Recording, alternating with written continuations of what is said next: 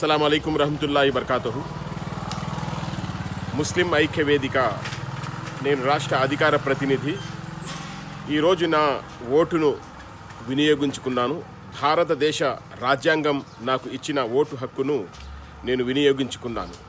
ఎందుకంటే ఈరోజు మీరు చూస్తున్నారు, ఎందుకంటే ఓటును అమ్ముకోవడం, ఓటుకు నోటు ద్వారా ఒక రేటు పెట్టి అమ్ముకోవడం ద్వారా మనము ఓటు విలువ తెలుసుకోలేకపోతున్నాము.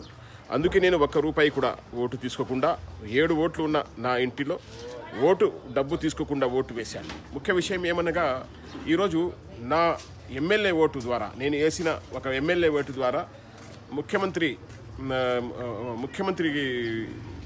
నిర్ధారించబోతాడు. నేను వేసిన మరో ఓటు ఎంపీ ద్వారా ప్రధానమంత్రి ఎన్నిక కాబోతాడు. ఈరోజు నేను ఓటుకు డబ్బు ఎందుకు తీసుకోలేదు అంటే, రేపు 5 సంవత్సరాల కొరకు నాకు ఏ కష్టం వచ్చినా ఈ రాబోయే ఎమ్మెల్యే, రాబోయే మెంబర్ ఆఫ్ పార్లమెంట్ సభ్యులు ఇద్దరు నాకు సహాయం చేస్తారని నేను ఈ ఓటుకు డబ్బు తీసుకోకుండా ఓటు వేశాను. ప్రతి ఒక్కరిలో ఈ చలనం రావాలి. ఓటు అనేది రాజ్యాంగం హక్కు కాబట్టి ఈ హక్కును ప్రతి భారతీయుడు ఒక మంచి వ్యక్తిని ఎన్నుకోవాల్సిందిగా నేను ప్రతి ఒక్కరికి కోరుకుంటున్నాను.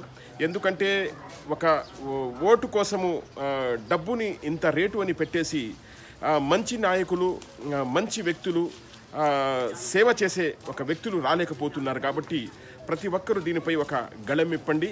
ఇప్పుడు రాబోయే భవిష్యత్తులో ఈ ఓటు చూడండి, ₹100 ఉన్న ఓటు రేటు ఈరోజు 500 అయింది, ఆ తర్వాత ₹1000 అయింది, 2000 అయింది, కొన్ని చోట్ల 3000 అయింది. రేపు రాబోయే 29లో 5000 అవుతుంది. అలా కాకుండా దీన్ని మేము అరికట్టే ప్రయత్నం ప్రతి ఒక్కరూ చేయాల్సిందిగా నేను కోరుకుంటున్నాను. ప్రతి ఒక్కరూ ఈ ఓటును వినియోగించుకొని మంచి వ్యక్తిని ఎన్నుకోండి.